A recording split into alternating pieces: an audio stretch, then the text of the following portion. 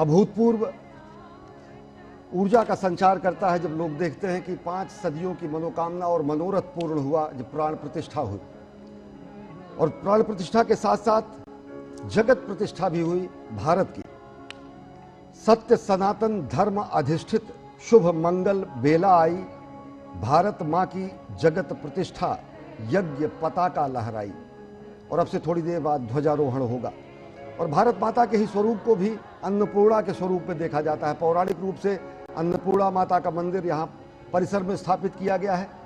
और माँ भारती को भी हम अन्नपूर्णा के रूप में मानते हैं, जिनके शस्य श्यामल सुजलाम सुफलाम इस पूरे शस्य श्यामला धरती से अन्न निकलता है और देशवासियों के कोटि कोटि देशवासियों का उदर पूजन होता है, क्षुधा समाप्त होती है।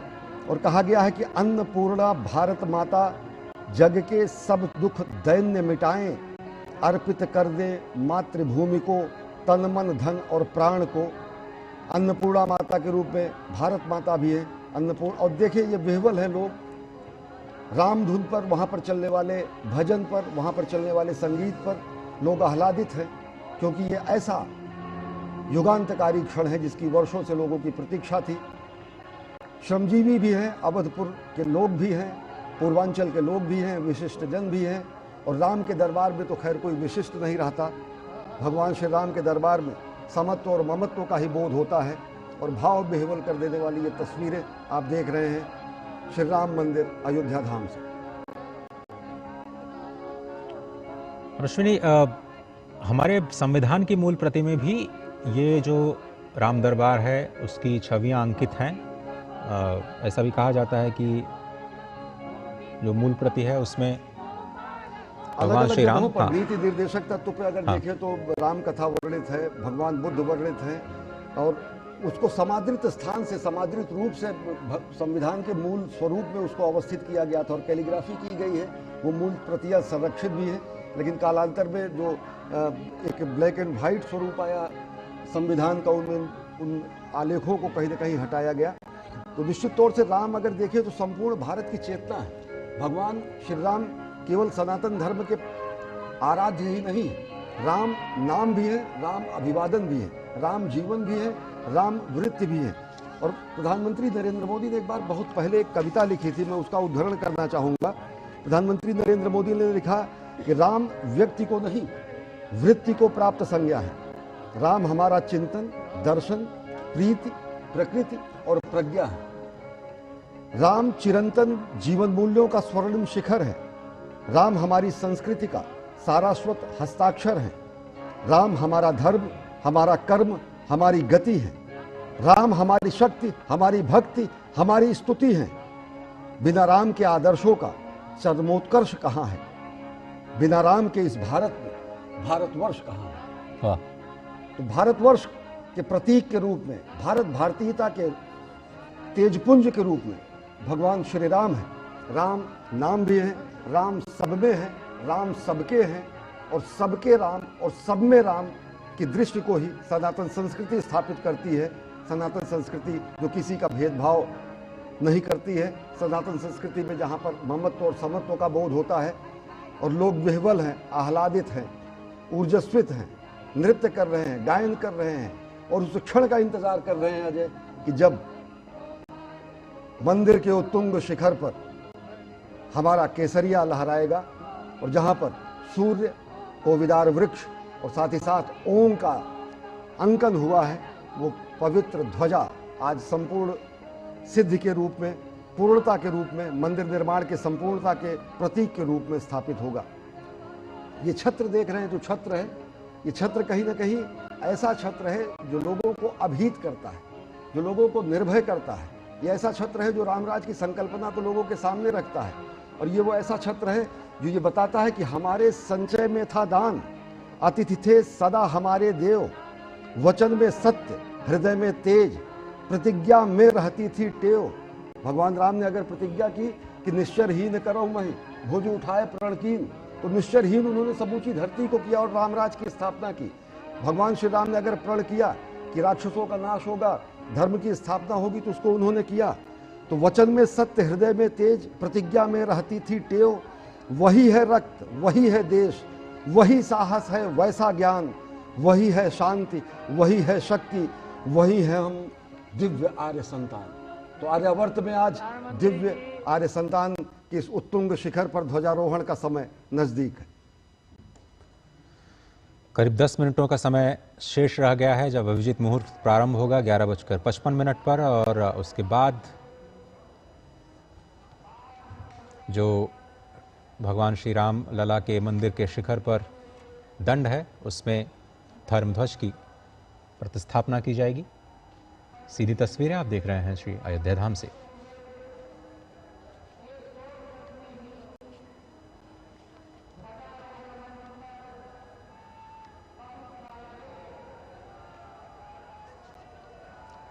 ये ध्वजारोहण का उत्सव इस बात की घोषणा है कि मंदिर का निर्माण पूर्ण हो चुका है और इस महत अवसर पर साक्षी बनने के लिए स्वयं प्रधानमंत्री नरेंद्र मोदी देश का प्रतिनिधित्व कर रहे हैं। श्री धाम अयोध्या, जिसे परब्रह्म का स्वरूप कहा जाता है, स्वयं वहाँ के स्थानीय लोगों का ये तस्वीरें, पहली तस्वीर आपकी स्क्रीन पर।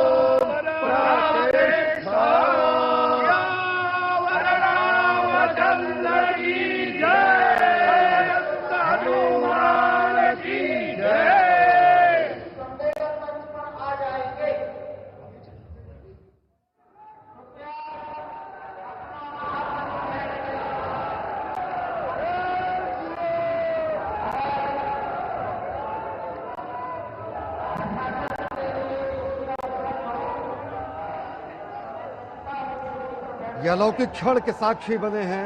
सदियों की मनोकामना पूर्ण हुई है।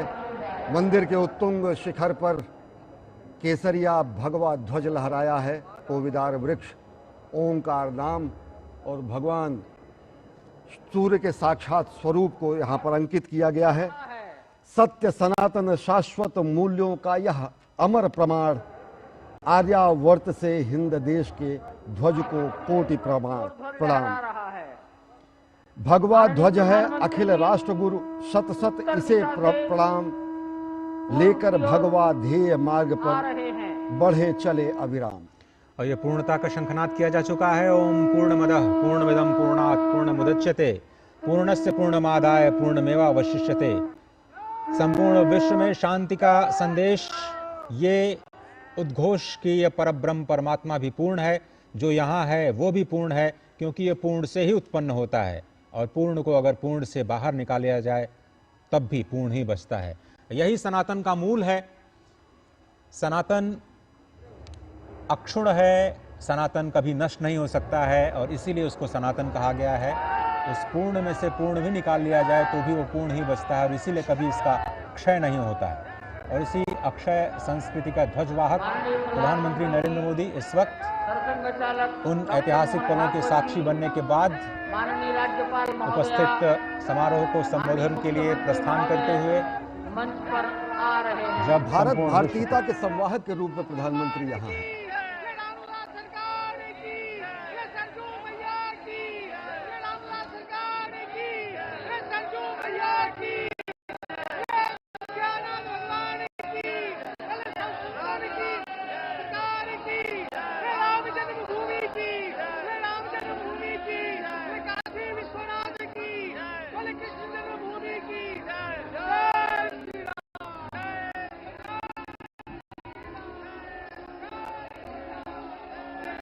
मंच की ओर से आपका अभिवादन किया गया।